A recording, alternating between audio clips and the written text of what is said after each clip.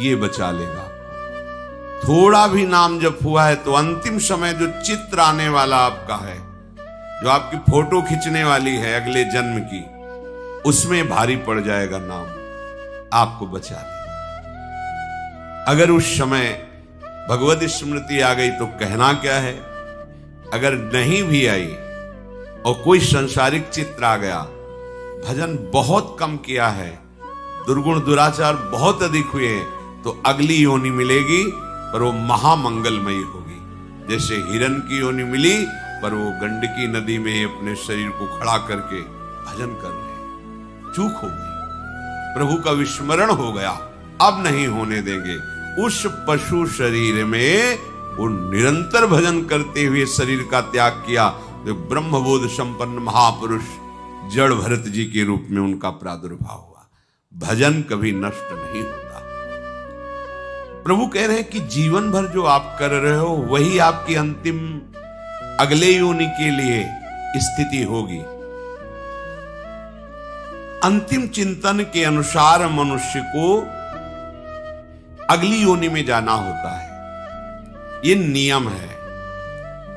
प्रभु की स्मृति में यदि आप समय व्यतीत किए हैं, सत्संग सुना है, धाम के दर्शन किए, धाम वास किया, नाम जप कर रहे हैं, वाणी पाठ कर रहे हैं, भगवत कथा कह रहे हैं, सुन रहे हैं, ये वासनाएं एकदम नष्ट नहीं होती।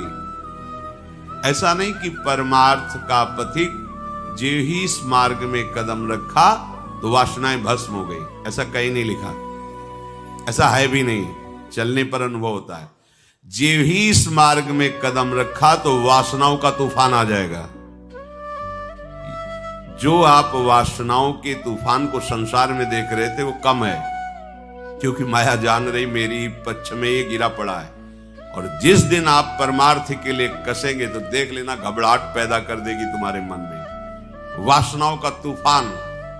ऐसा तूफान बड़े बड़े साधकों में हमने देखा है, निर्णय करने की शक्ति खत्म हो जाती है। माया भगवान की ही सामर्थ्य से युक्त है, इसलिए वो कहते मामे हुए मैं निकालूंगा, मेरी शरण में तू रहे, तेरी सामर्थ्य नहीं तू निकल पावे। स्पष्ट घोषणा कर रहे हैं, मामे हुए प्रपद्यन्ते माया में ताम तरंती। हमारा चिंतन भगवत स्वरूप हो जाए, इसीलिए तो लगे हैं कि दौड़ भाग, घबराइए नहीं। इतना भी अपने को मत निराश कर लीजिए कि आप चल नहीं पाएंगे, बिल्कुल नहीं। बहुत कृपा का मार्ग है, बहुत दुलार करते हैं।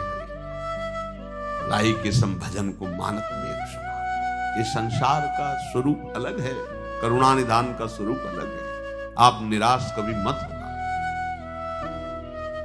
दोष हमें खींचेंगे, गिराएंगे, पर हमारे मालिक देख रहे हैं ना कि हमारे लिए प्रयासरत है। बस ये बात देखना, हमारे लिए प्रयासरत है। आपकी कॉपी जब जांची जाएगी तो बढ़िया नंबर आएंगे। अगर आप कपट कर रहे हैं, दंभ कर रहे हैं, पाखंड कर रहे हैं, फिर मालिक जान रहे हैं, फिर निर्णय में सही अंक नहीं आएंगे। ध्यान रखना, अंदर की बात हमारे प्रभु बहुत सूक्ष्मता से देखते हैं। प्रभु हृदय की बात देखते हैं। ये चलना चाहता है, ये मेरे लिए समर्पित है, नहीं चल पा रहा है, आप बिल्कुल चिंता मत कीजिए। मेरा क्या होगा? वही होगा जो परम मंगल होगा। हमारे प्रभु आश्रय को देखते हैं, हमारे प्रभु हृदय की बात को देखते हैं। करत सुरत सयबार है कि उस जीव के प्रति प्रभु बहुत कृपालु होते हैं जो थोड़ा सा भी प्रयास भजन के लिए शुरू किया है। बाहर वाले लोगों की बात मत मानो, हम आपको हृदय की बात कहते हैं। थोड़ा सा भी भजन के लिए आपका जो एक कदम बढ़ा है ना, प्रभु इतने को ही बहुत मान लेते, बहुत मान। अगर वो ऐसा ना माने तो किसी की सदगति ना होने दे माया, आप समझ लीजिए। थोड़ा सा जहां हम चले प्रभु की तरफ, तो जैसे अत्यंत मोही पिता वो लड़खड़ा के बालक ऐसे करके चला, वो दौड़ पड़ा, क्योंकि छोटा बालक पता नहीं चल पाए कि ना चल पाए, कहीं गिर ना जाए, वो दौड़ पड़ता है। ऐसे ही तुम अपने प्रति विश्वास रखो। हम नहीं चल पा रहे, बहुत फिसलन माया की है, दौड़ आएंगे प्रभु। बोले 10 साल तो हो गए। तुम्हें 10 साल बहुत लगता है, अभी 10 साल के 10 जन्म व्यतीत हो गए महात्माओं के साधन करते हुए। और आप अगर 10 साल में 10 मिनट भी भजन करने लगे हो ना, तो माया पर बहुत बड़ी तुमने विजय प्राप्त कर ली। 10 मिनट, ये सब कोई इसका महत्व नहीं जानेगा। तुम 10 बार राधा राधा कहते हो ना, और पूरे दिन भर प्रपंच में लगे रहते हो। हम हृदय से तुम्हें प्रणाम करते हैं कि ये 10 बार राधा नाम जो तुमने बोला है, ये तुम्हारे लिए बहुत बड़ी काम की चीज हो जाएगी, निर्णय में तूफान मचा देगा। पर इतना लेकर हम फिर प्रपंच रति करें और पापाचरण करें, ये चूक हो जाएगी। थोड़ा भी भजन बहुत बड़ा काम करता है। ये मतलब कुछ बातें ऐसी होती जो कहने में हल्की नजर आती है। कई महात्मा ऐसे स्वप्न में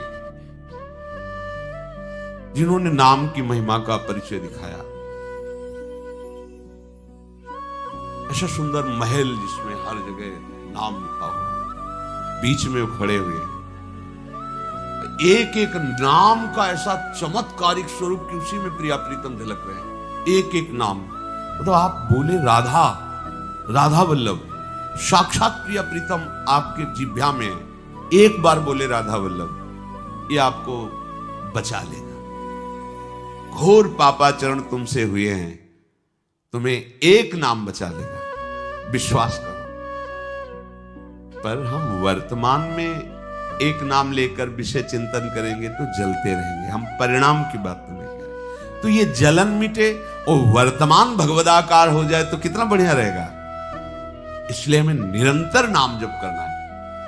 एक नाम के लिए हमारी इतनी श्रद्धा है, इतना विश्वास है कि खुल करके छाती, एक नाम ले लिया ना राधा, बात बन गई। ये बहुत बड़ा काम करेगा, बहुत बड़ा काम। इतनी बड़ी ट्रेन चलती है, इंजन में पावर होता है, जिब्बे शब्द केवल उसके सहारे से। इतनी बड़ी ट्रेन का इतना कनेक्शन होता है, हजारों लोगों की यात्रा पूरी होती है इतने कनेक्शन से। एक राधा नाम का वो कनेक्शन मजबूत हो गया। जो बोला कि बड़े बड़े महापुरुष जो प्रिया प्रीतम को अपने हृदय में दुलार करते हैं, वो एक नाम लेने वाले को बचा लेंगे। हम हरि की बात नहीं कहते, हम महात्माओं की बात कहते हैं। देखो, वो इष्ट के नाम का प्रभाव जानते हैं। व्यक्त अव्यक्त महापुरुष गोस्वामी जी जैसे कह रहे, तुलसी जाके मुख से धोखे निकसत राम, ताके पग की पगतली मोरे तनु की ओह। अगर इसको हम अपनी बिल्कुल सरल भाषा में कहें तो इतना महान हो गया कि अगर मेरी चमड़ी उतार कर उसकी जूती बना दी जाए तो कोई बात नहीं। मतलब इतना महान वो हो गया, तुलसी जाके मुख से धोखे निकसत राम। ये महिमा किसने जानी? राम नाम में अपने जीवन को समर्पित कर दिया तो ये प्रभाव जाना। श्री राधा नाम, कृष्ण नाम आप उच्चारण के थोड़े भी, अब आपको भयभीत नहीं होना है, पर प्रमाद करके विषयों की तरफ भी नहीं जाना है। परिणाम हमारा मंगल होगा पर वर्तमान हमारा अमंगल ना हो, इसलिए हम प्रतिपल भगवत चिंतन में लगे। अगर हम विषय चिंतन करते रहे, बिल्कुल नाम नहीं जप किया, तो फिर हमारा कहीं ना कहीं किसी वस्तु व्यक्ति स्थान में ही राग रहता है और परिणाम में वही। ये अंतिम समय बिल्कुल फोटो खींचने वाला समझो। जैसे फोटो खींच रही है और आपने मुंह टेढ़ा कर लिया, आंख बंद कर ली, तो आपकी वैसी फोटो आएगी। बस अंतिम समय फोटो समझो। आपका चित्त जहां है ठीक वही निर्णय, और चित्त वही होगा जो जीवन भर किया। भगवान कह रहे सदा तद्भाव भाविता, जिस भाव से भावित रहे वही अंतिम सीन आएगी।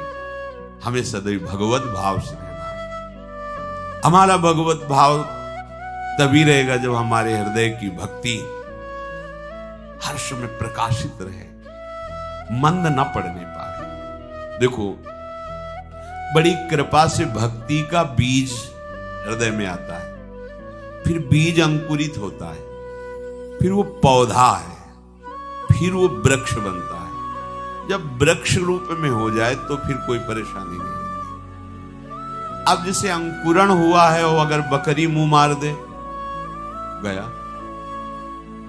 बट वृक्ष का बीज और अजवाइन का बीज एक ही जैसा होता है, पर अजवाइन इतनी बड़ी पौधे में होती है, और बट वृक्ष जब अपना रूप धारण करेगा तो हाथी भी बांध दिया जाए तो उसे नहीं उखाड़ पाएगा, बड़ा विशाल बट वृक्ष। भक्ति का बीज अंकुरण होता है, उसको सींचते हैं और उसकी बाढ़ करते हैं। भक्ति की अगर बाढ़ के द्वारा रक्षा न की गई तो माया बकरी चुन जाएगी, आहार करे। और बकरी का चरा हुआ पौधा मुश्किल ही किनगा देता है, दोबारा अंकुरित होने में बहुत। ये माया बकरी जब तुम्हारे भक्ति पौधे को चर जाएगी तो तुम्हारे अंदर नास्तिकता आ जाएगी। सोचना ये सब नाटक, सब ड्रामा देख लिया, अरे हम भी सेवा में रहे, हम जानते हैं सब। क्या जानते हैं? अगर तो ये बचा लेगा, थोड़ा भी नाम जप हुआ है तो अंतिम समय जो चित्र आने वाला आपका है, जो आपकी फोटो खींचने वाली है,